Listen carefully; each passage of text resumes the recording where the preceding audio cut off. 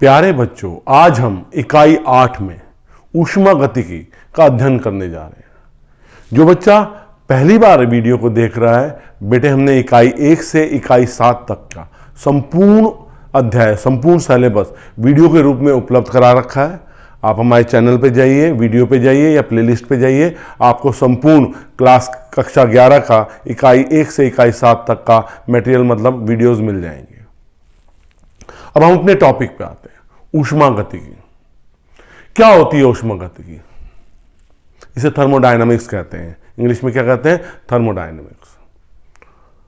ऊष्मागतिकी विज्ञान की वह शाखा है जिसमें ऊष्मीय ऊर्जा का अन्य ऊर्जाओं में स्थानांतरण का अध्ययन किया जाता है। ऊष्मागतिकी विज्ञान की वह शाखा है जिसमें ऊष्मीय ऊर्जा का विभिन्न अन्य ऊर्जाओं में स्थानांतरण का अध्ययन किया जाता है। ऊष्मागतिकी ऊष्मा तथा यांत्रिक कार्य में परस्पर संबंध का भी वर्णन करती है। ऊष्मागतिकी किसके बीच में? ऊष्मा तथा यांत्रिक कार्य के बीच में संबंध का भी वर्णन करती है। फिर आते हैं ऊष्मागतिक निकाय। ऊष्मागतिक निकाय क्या आता है? ऊष्मागतिक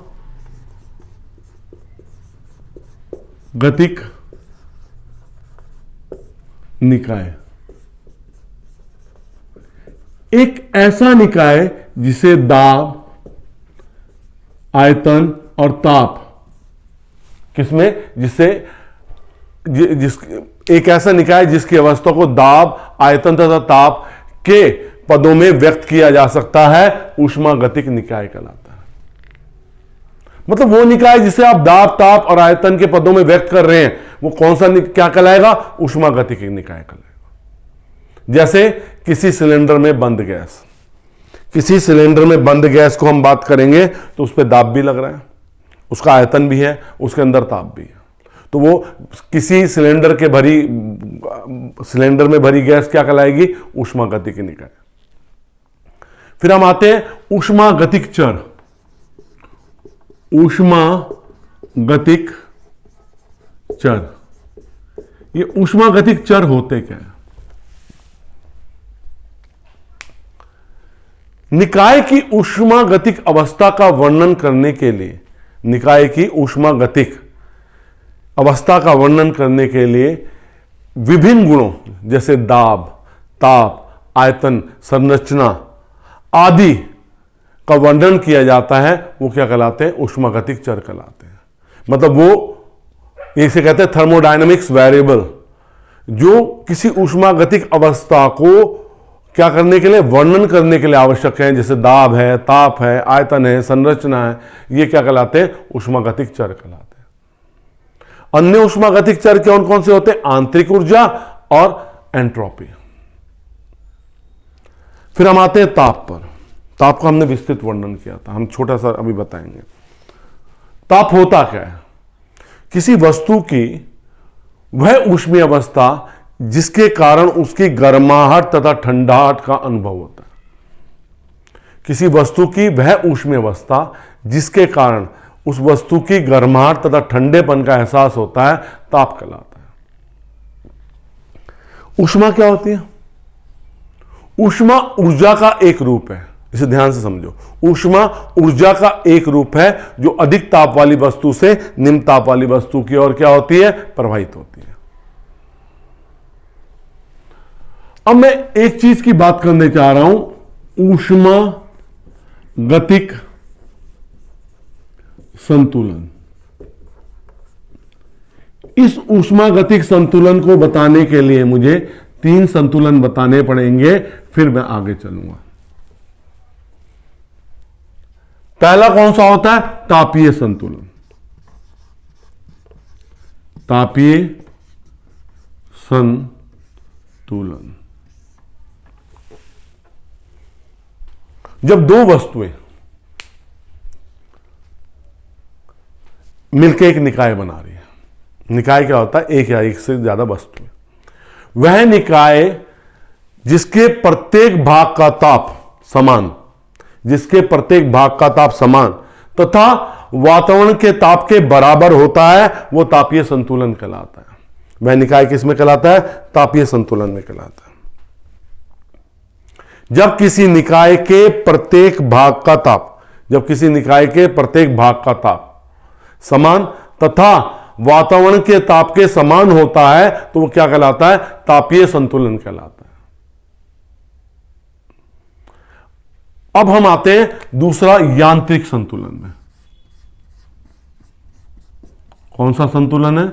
यांत्रिक संतुलन। क्या होता है इस यांत्रिक संतुलन में? जब किसी निकाय पर कार्य करने वाले नेट बलों का योग शून्य होता है, मतलब कि किसी निकाय पे बहुत सारे बल कार्य कर रहे हैं और उनका बीजगणितीय योग शून्य है, तो वो निकाय किसमें कहलाएगा? यांत्रिक संतुलन में कहलाएगा। एक ऐसा निकाय जिस पे कार्य करने वाले सभी बाह्य बलों का बीजगणितीय योग शून्य होता है, वो क्या कहलाता है? वह निकाय यांत्रिक संतुलन में कहलाता है। तीसरा होता है रासायनिक संतुलन।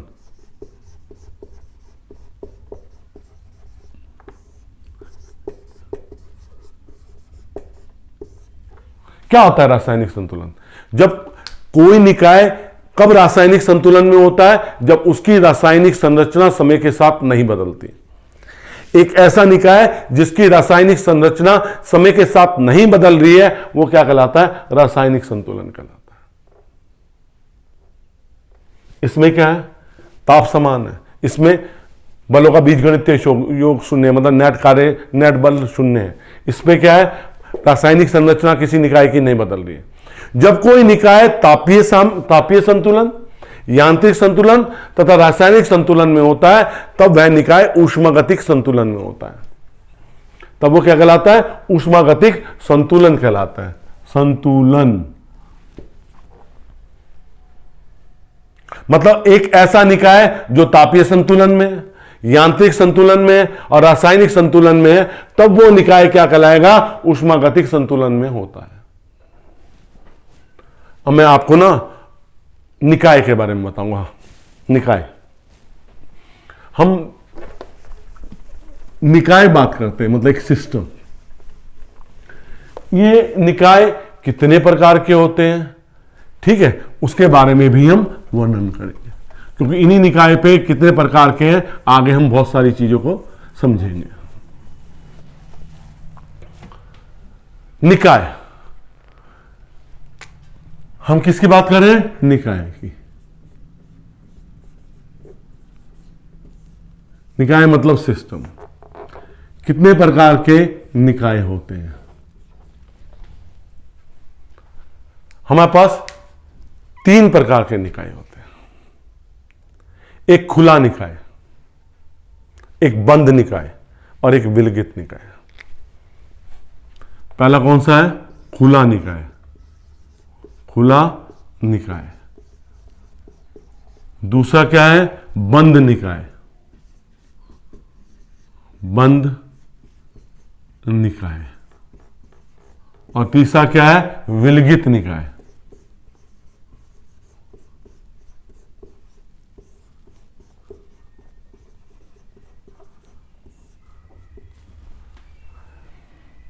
अगर हम खुले निकाय की बात करते हैं, इसमें ऊष्मा तथा पदार्थ का आदान प्रदान होता है। किसके साथ? वातावरण के साथ। वह निकाय जिसमें ऊष्मा तथा पदार्थ दोनों का आदान प्रदान होता है। क्या हो रहा है? ऊष्मा तथा पदार्थ का आदान प्रदान होता है। कैसे? मैंने एक बर्तन ले रखा है, इस बर्तन को जाली पे रखा और मैं गर्म कर रहा हूं। इसमें जल भरा हुआ है। जल वाष्प के रूप में ऊपर जा रहा है, जल भी जा रहा है और ऊष्मा भी जा रही है। तो इसमें ऊष्मा का भी आदान प्रदान हो रहा है और पदार्थ का भी आदान प्रदान होने लग रहा है। तो यह निकाय कैसा कहलाएगा? खुला निकाय कहलाएगा। मैंने एक बंद बर्तन ले रखा है, कुकर ले रखा है, कुछ भी ले रखा है।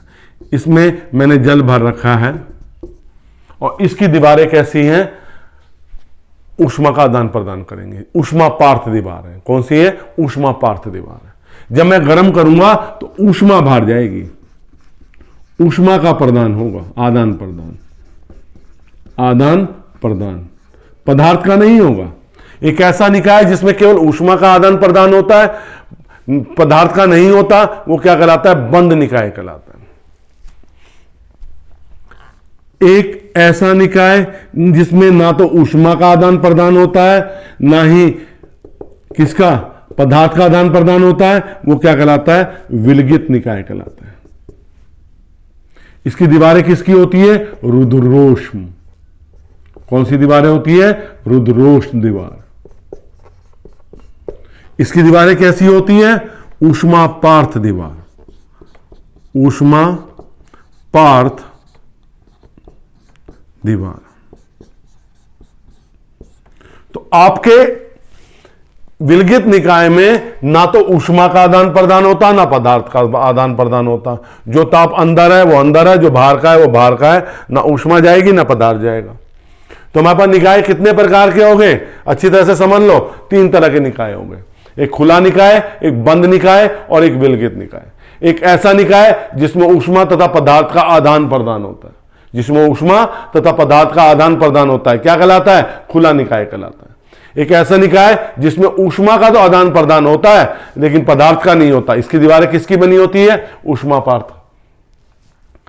और विलगित निकाय क्या होता है, एक ऐसा निकाय ना उसमें ऊष्मा का आदान प्रदान होता ना पदार्थ का आदान प्रदान होता, यह क्या कहलाता है, विलगित निकाय कहलाता है। और इसमें ऊष्मा गतिकी का शून्य नियम का हम पहले भी वर्णन कर चुके हैं, लेकिन अभी टॉपिक में है तो उसको हम दोबारा समझा देते हैं, क्योंकि यहां पे हमने बहुत डिटेल में इस चीज को समझाया, किसमें ऊष्मा का आदान प्रदान हो रहा है, किसमें नहीं। तो वो चीज अगर वहां समझ नहीं आई थी तो यहां समझ में आ जाएगी। ऊष्मा गतिकी का शून्य नियम,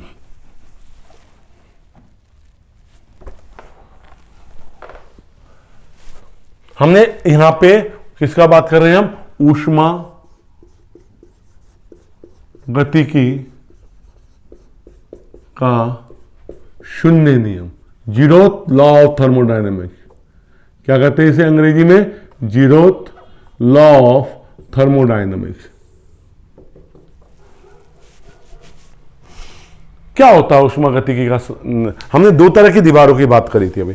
एक ऊष्मा पार्थ दीवार, एक ऐसी दीवार जिसमें से ऊष्मा का आदान प्रदान होता है, पदार्थ का नहीं होता। एक रुद्रोष्म दीवार की बात करी थी, ना इसमें ऊष्मा का आदान प्रदान होता ना ही पदार्थ का आदान प्रदान होता।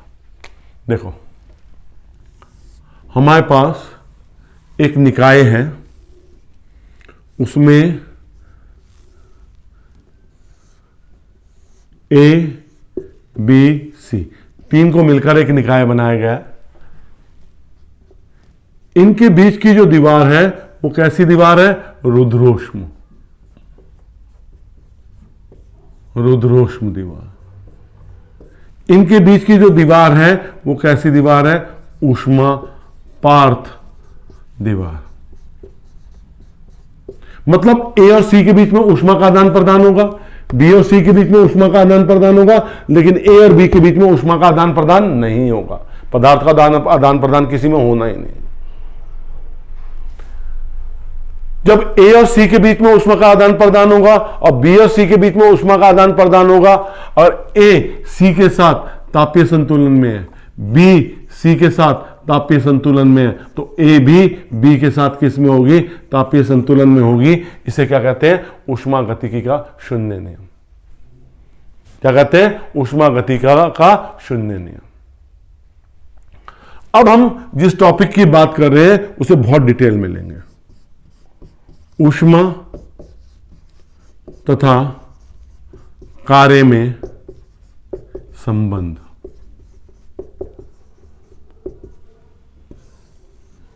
ऊष्मा और कार्य में क्या संबंध होते हैं, संबंध ले लो, सॉरी तुल्यता, तुल्यता, संबंध नहीं तुल्यता, इक्विवेलेंट, वो रिलेशन आ जाएगा, ये तुल्यता होगी।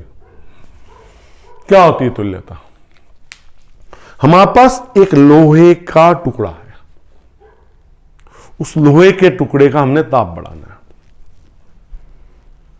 तो हम उस लोहे के टुकड़े का ताप दो तरीके से बढ़ा सकते हैं, ऊष्मा देकर, गर्म करके, दूसरा लोहे के टुकड़े पर यांत्रिक कार्य करके, पीट कर।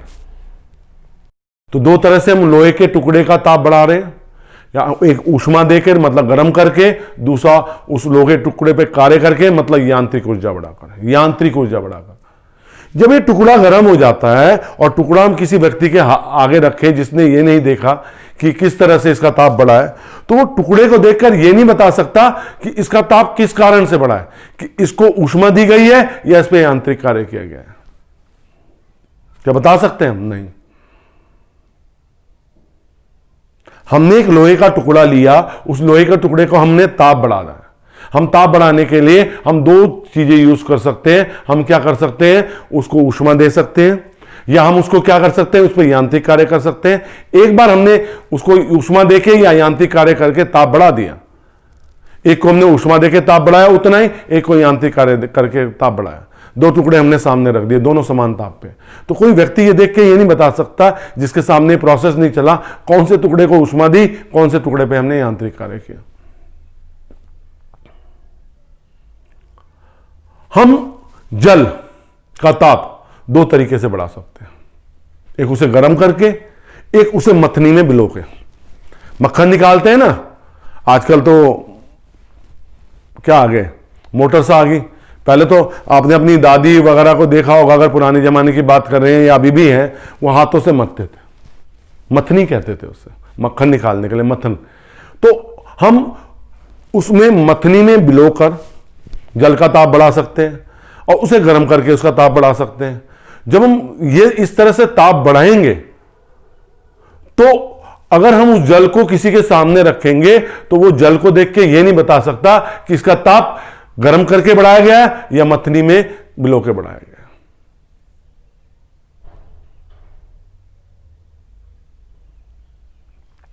अब बहुत महत्वपूर्ण चीज बताता हूं मैं आपको। किसी वस्तु की अवस्था को दो तरीके से परिवर्तित कर सकते हैं, ठोस से द्रव, द्रव से गैस, दो तरीके से। एक तो उसको ऊष्मा देके मतलब गर्म करके, दूसरा उसमें यांत्रिक कार्य करके। कैसे? आप कहेंगे यांत्रिक कार्य कैसे करके अवस्था परिवर्तन करोगे? देखिए, बर्फ का एक टुकड़ा है, उसे गर्म कर दो, जल में बदल जाएगा। बर्फ के दो टुकड़े लेके आपस में रगड़ो तो वो भी पिघलने लगते हैं, वो भी जल में बदल जाएंगे थोड़ी देर में। तो हमने यांत्रिक कार्य करके बर्फ को पिघलाया, और एक हमने बर्फ को कैसे पिघलाया? गर्म करके। अगर हम उस जल को, जो बर्फ से पिघलिया जल आया, किसी के सामने रखेंगे तो क्या वो बता पाएगा कि हमें कैसे मिला है, कैसे बर्फ पानी में बदल गई? तो मैं इन उदाहरणों से समझता हूं कि आपको जो चीज मैं समझाना चाह रहा था कि ऊष्मा तथा कार्य में तुल्यता होती है। हम ऊष्मा तथा कार्य के कारण ताप वृद्धि कर सकते हैं, अवस्था परिवर्तन कर सकते हैं। क्या कर सकते हैं? ताप वृद्धि कर सकते हैं, हम अवस्था परिवर्तन कर सकते हैं। पर कोई भी व्यक्ति उस अवस्था परिवर्तन या ताप वृद्धि को देखकर यह नहीं बता सकता कि उसको ऊष्मा देके ताप वृद्धि की गई है या अवस्था परिवर्तन किया गया है या कार्य करके। तो इसका मतलब क्या है? हमारी ऊष्मा तथा कार्य एक दूसरे के तुल्य है। ऊष्मा और दूसरी वर्डिंग में हम कह सकते हैं ऊष्मा ऊर्जा का एक रूप है, क्योंकि कार्य करने की क्षमता क्या कहलाती है? ऊर्जा कहते हैं। कैपेसिटी ऑफ डूइंग वर्क क्या होने से होता है? एनर्जी कहलाती है ना। तो ऊष्मा ऊर्जा का एक रूप है, कार्य भी तो एक ऊर्जा का रूप है। तो जूल ने अपने प्रयोगों से यह बताया कि 4.18 गुना 10 की घात 3 जूल कार्य करने से उतनी ही ताप वृद्धि होती है जितनी 1 किलो कैलोरी ऊष्मा से। सीधी सीधी वर्डिंग उसने कहा कि 4.18 गुना 10 की घात 3 जूल कार्य से उतनी ही ताप वृद्धि होती है जितनी 1 किलो कैलोरी ऊष्मा से। तो 1 किलो कैलोरी ऊष्मा किसके बराबर होगी? 1 किलो कैलोरी किसके बराबर होगी? 4.18 गुना 10 की घात 3 जूल।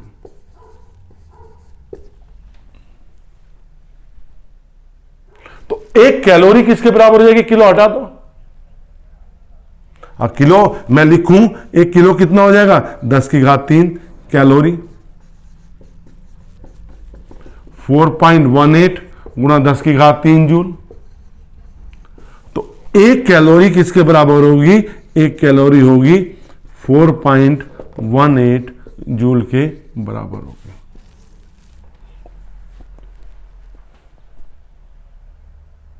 तो जे क्या कहलाता है? ऊष्मा का यांत्रिक तुल्यांक। यहां के क्या कहते हैं? जे किसके बराबर है? 4.18 जूल पर कैलोरी। 4.18 जूल पर कैलोरी, इसे क्या कहते हैं? ऊष्मा। क्या कहलाता है? ऊष्मा का यांत्रिक तुल्यांक। जे क्या कहलाता है? ऊष्मा का यांत्रिक तुल्यांक।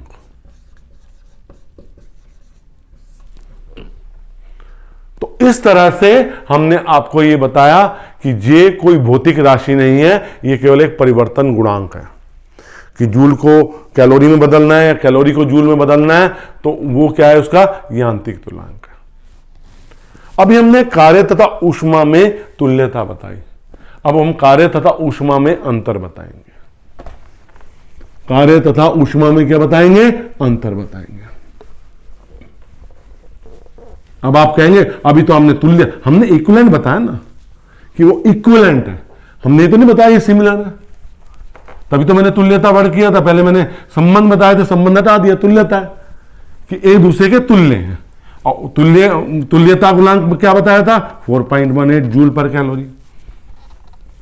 अब कार्य तथा ऊष्मा में अंतर, किसके बीच में अंतर है? कार्य तथा ऊष्मा में अंतर कैसे करते हैं? कार्य और ऊष्मा में अंतर। कार्य तथा ऊष्मा दोनों ऊर्जा है, ऊर्जा के विभिन्न स्वरूप है। मतलब कार्य तथा ऊष्मा दोनों ऊर्जा के विभिन्न स्वरूप है। दोनों ही क्या होते हैं? दो निकायों के बीच स्थानांतरित होने वाली ऊर्जा। दोनों ही दो निकायों के बीच स्थानांतरित होने वाली ऊर्जा है। लेकिन जिस ऊर्जा का स्थानांतरण दो वस्तुओं के तापांतर के कारण होती है, वो ऊष्मा होती है। जब दो निकायों के बीच ऊर्जा स्थानांतरण निकायों के तापांतरण के कारण होता है, तो वो क्या कहलाती है? तो स्थानांतरित होने वाली ऊर्जा क्या कहलाती है? ऊष्मा कहलाती है। लेकिन दो निकायों के बीच स्थानांतरित होने वाली ऊर्जा ताप पर निर्भर नहीं करती, तो वो उस ऊर्जा को क्या कहा जाता है? कार्य कहा जाता है। ये देखो, दो निकाय हैं, दो निकायों के बीच ऊष्मा का स्थानांतरण हो रहा है। अगर ये ऊष्मा का स्थानांतरण तापांतर के कारण हो रहा है, किसके कारण हो रहा है? तापांतर के कारण, तो ये ऊष्मा है। ऊर्जा का स्थानांतरण। किसका? ऊर्जा का स्थानांतरण। अगर इन दो निकायों के बीच ऊर्जा का स्थानांतरण तापांतर के कारण नहीं है, तापांतर के कारण नहीं है, तापांतर नहीं कारण नहीं है, तो ये क्या कहलाएगा? कार्य कहलाएगा। मोटा मोटा अंतर है। दो निकाय हैं, दो निकायों के बीच में ऊर्जा का स्थानांतरण हो रहा है। अगर ऊर्जा का स्थानांतरण तापांतर के कारण हो रहा है, तो वो ऊष्मा है। अगर ये तापांतर के कारण नहीं हो रहा है, तो वो क्या चीज है? कार्य है। और एक चीज है, ऊष्मा अव्यवस्थित ऊर्जा है, जबकि कार्य व्यवस्थित ऊर्जा है। ऊष्मा क्या है? अव्यवस्थित ऊर्जा है। और ये कैसी कार्य कैसी है? व्यवस्थित।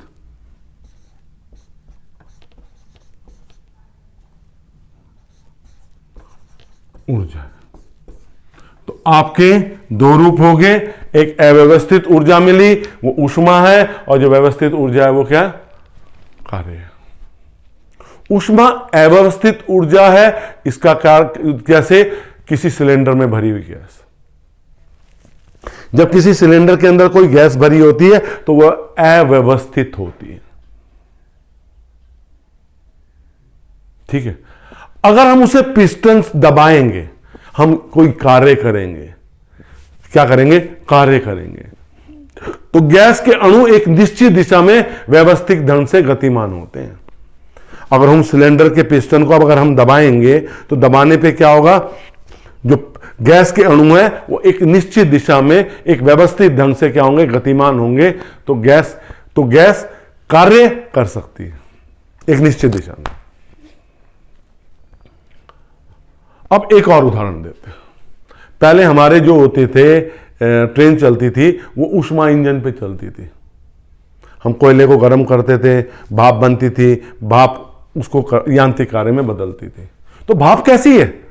अव्यवस्थित ऊर्जा। कैसी है? अव्यवस्थित ऊर्जा। लेकिन जब उसने रेलगाड़ी को चलाया तो वो किस में बदल गई? व्यवस्थित ऊर्जा में बदल जाती। तो इसलिए इंजन में ऊष्मा को कार्य में बदलना, अव्यवस्थित ऊर्जा को व्यवस्थित ऊर्जा में बदलना है। तो कार्य और ऊष्मा में अंतर क्या है? जब दो निकायों के बीच में ऊष्मा का स्थानांतरण तापांतर के कारण हो रहा है वो ऊष्मा है, यह अव्यवस्थित ऊर्जा है। जब दो वस्तुओं में ऊर्जा का स्थानांतरण तापांतर के कारण नहीं होता वो कार्य है, यह व्यवस्थित ऊर्जा है। व्यवस्थित ऊर्जा को अव्यवस्थित ऊर्जा बना सकते हो और अव्यवस्थित ऊर्जा को व्यवस्थित ऊर्जा बना सकते हो। अब हम बात कर रहे हैं, हमने कार्य की बार बार बात कर रहे हैं, ऊष्मागतिक निकाय में कृत कार्य। ऊष्मागतिक निकाय में कृत कार्य हम कितना कार्य करते हैं?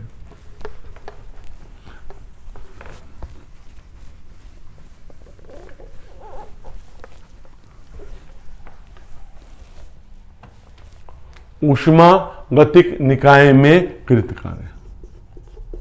ऊष्मागतिक निकाय में कृत कार्य, वर्क डन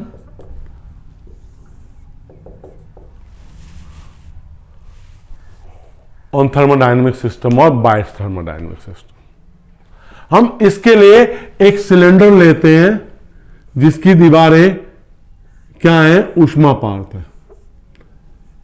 लेकिन जो बेस की दीवार है वो ऊष्मा चालक, मतलब ये रुद्रोष्म दीवारें हैं। ये वाली कौन सी दीवार है? रुद्रोष्म। और ये वाली दीवार कैसी है? चालक दीवार है। इसके अंदर में गैस भरी हुई है। क्या भरी हुई है? गैस। हम इसको ऐसे भी दिखा सकते हैं, अगर हमने इसमें भार रखे हुए पिस्टन पे भार, अगर हम भार को कम करते हैं तो क्या होगा? देखो, ऊष्मागतिक निकाय क्या होता है? एक ऐसा निकाय जिसे दाब, ताप और आयतन की अवस्था में प्रदर्शित किया जा सके, उसे क्या कहते हैं? व्यक्त किया जा सकते हैं, वो क्या कहलाता है? ऊष्मागतिक निकाय। अब गैस के अंदर क्या है? दाब भी है, ताप भी, आयतन भी है, तो ये ऊष्मागतिक निकाय होगा। इसमें इस पिस्टन में, इस सिलेंडर में एक पिस्टन है जो चलनशील है। जो क्या? चलनशील है। इसकी किसमें क्या भरी हुई है? गैस भरी हुई है। इसकी अनुप्रस्थ काट का क्षेत्रफल कितना है? ए है। अगर हम इस पिस्टन पे भार बढ़ा देंगे तो वो नीचे की ओर जाएगा। कार्य किस पे किया जाएगा? गैस पे कार्य किया जाएगा। ठीक है, किस पे कार्य किया जाएगा? गैस पे कार्य किया। अगर मैं ये भार को हटा दूंगा, कम कर दूंगा, तो पिस्टन ऊपर की ओर जाएगा। तो कार्य किसके द्वारा किया जाएगा? गैस द्वारा कार्य किया जाएगा, गैस द्वारा पिस्टन पे।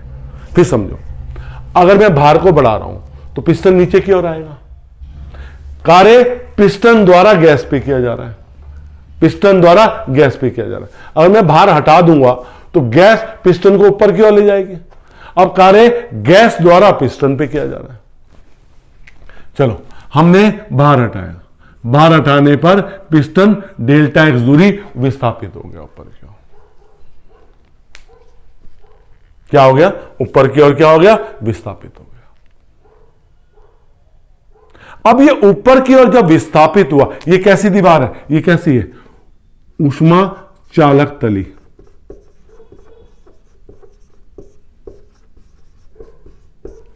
ये जब पिस्टन ऊपर की ओर उठा, पिस्टन क्या हुआ? ऊपर की ओर उठा।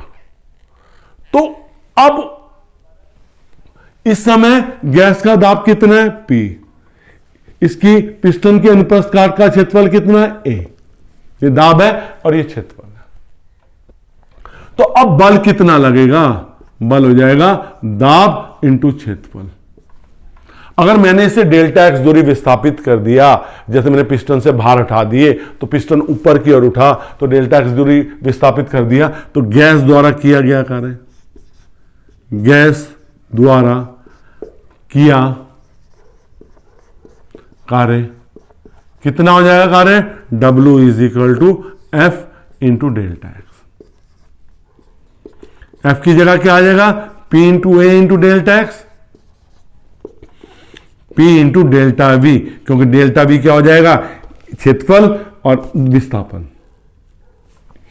कार्य इस तरह से भी लिख सकते हैं, एक सूत्र हमें ये मिल गया, दूसरा सूत्र इस रूप में भी लिख सकते हैं, P is equal to V2 minus V1। इसके लिए जो ग्राफ आएगा वो कैसे ग्राफ आएगा? P is equal to V2 minus V1 के लिए इस तरह से ग्राफ आएगा। हम ये जा रहा है, दाब नियत है और इस तरह से ग्राफ आएगा, ये V1 और ये V2, यहां पे आयतन आ रहा और यहां पे दाब आ रहा। इस तरह से कार्य कैलकुलेट कर लेंगे। तो और अगर हमारा निकाय का आयतन बढ़ रहा है, सुनो, तो अगर हमारी गैस क्या हो रही है? प्रसारित हो रही है, इंक्रीज हो रही है वॉल्यूम में, और दाब भी उसके साथ लगभग बदल रहा है। ये देखो, अगर हमारा ग्राफ इस तरह से आ रहा है, ये V1, ये V2, ये डेल्टा V, तो जो कार्य का सूत्र हो जाएगा वो हो जाएगा V1 से V2 P dV।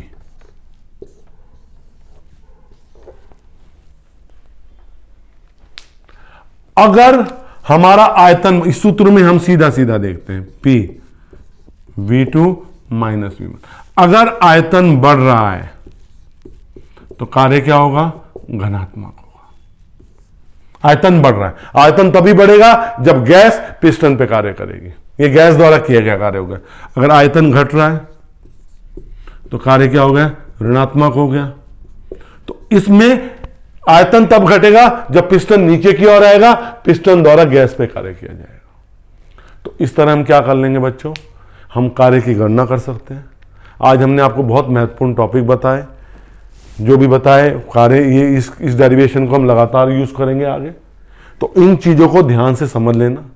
और मेरा पढ़ाना समझ में आ रहा है तो मेरे वीडियो को लाइक जरूर कीजिए, शेयर भी कीजिए उन बच्चों के साथ जिन तक अभी तक वीडियो नहीं पहुंची। और अगर सब्सक्राइब नहीं किया है चैनल को, सब्सक्राइब जरूर कीजिए। जितनी भी नई वीडियो आनी है आपको इंटीमेशन मिलती रहेगी। धन्यवाद।